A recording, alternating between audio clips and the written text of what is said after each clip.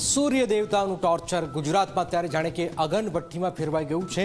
સવારથી સૂર્યનારાયણ દેવ આકરા તેવર બતાવવાનું શરૂ કરી દે છે। સિઝનમાં ગરમીનો પારો 44 ડિગ્રીને પાર કરી ગયો છે। હવામાન નિષ્ણાત અંબાલાલ કાકાએ અને હવામાન વિભાગે હજુ પણ તાપનું ટોર્ચર વધવાની આગાહી કરી છે। ત્યારે આગામી દિવસમાં સૂર્યદેવનું કેવું રહેશે ટોર્ચર, ગુજરાતમાં શું સ્થિતિ છે ઉત્તરથી દક્ષિણ, મધ્યથી પૂર્વ અને કચ્છની અંદર, આવો જોઈએ, જાણીએ, સમજીએ।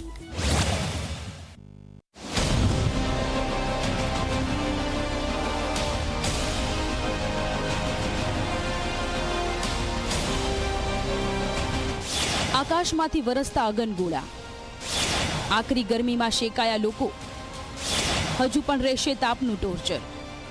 ગુજરાત પર સૂર્યદેવ કોપાયમાન થયા હોય તેમ હાલ અંગ દજાડતી અને અસહ્ય ગરમી પડી રહી છે। સ્થાનિક સ્વરાજની ચૂંટણીના મતદાનના દિવસે જ સિઝનનું સૌથી ઊંચું 44 ડિગ્રી તાપમાન નોંધાયું છે।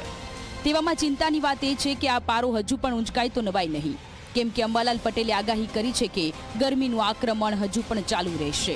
અંબાલાલની આગાહીની વાત કરીએ તો મધ્ય ગુજરાતમાં ગરમીનો પારો 43 થી 44 ડિગ્રીએ પહોંચશે, તો ઉત્તર ગુજરાતમાં 42-43 ડિગ્રી, સૌરાષ્ટ્રમાં 42 ડિગ્રી, કચ્છના ભાગોમાં 40 થી 41 ડિગ્રી સુધી ગરમીનું ટોર્ચર રહેશે।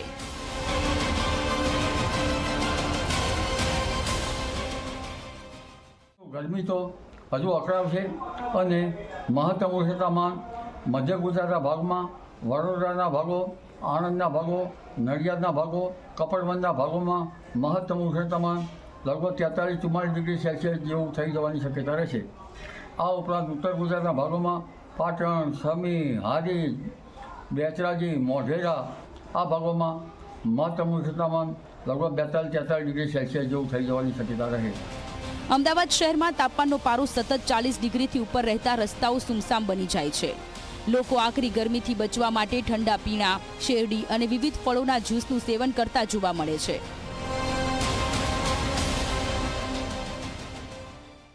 ગરમી તો ખૂબ જ છે અત્યારે, કેમ કે દિવસે દિવસે ટેમ્પરેચર વધી રહ્યું છે। એના કારણે જે બીજી બધી વસ્તુઓ છે, ડિહાઇડ્રેશન છે, ચક્કર આવું આ બહુ જ કોમન થઈ રહ્યું છે, ઇવન અમારા લોકો માટે બી, કેમ કે એટલું ડ્રેન થઈ જવાય છે આટલી ગરમીમાં, એટલે વી નીડ સપ્લિમેન્ટ્સ ને બધું। આકરી ગરમીની આગાહી માત્ર અંબાલાલ પટેલે જ નથી કરી, હવામાન વિભાગે પણ લોકોને આગામી દિવસ માટે સાવધાન રહેવાની અપીલ કરી છે। આગામી 3 દિવસ તાપમાન વધવાની હવામાન વિભાગની આગાહી છે, સાથે જ આગામી 2 દિવસ કચ્છ અને સૌરાષ્ટ્રમાં હીટવેવની આગાહી કરાઈ છે। आने वाले 2 दिनों के लिए हीट वेव की वार्निंग है गुजरात रीजन और सौराष्ट्र कच्छ रीजन में, और हॉट एंड ह्यूमिड कंडीशंस आने वाले 2 दिनों के लिए एंटायर गुजरात कोस्ट के लिए की वार्निंग है। આખું ગુજરાત અગનભઠ્ઠીમાં શેકાઈ રહ્યું છે, ત્યારે સુરત શહેરમાં પણ અંગ દજાડતી ગરમી પડી રહી છે। આકાશમાંથી વરસતા અગનગોળા લોકોને રીતસરના દજાડી રહ્યા છે।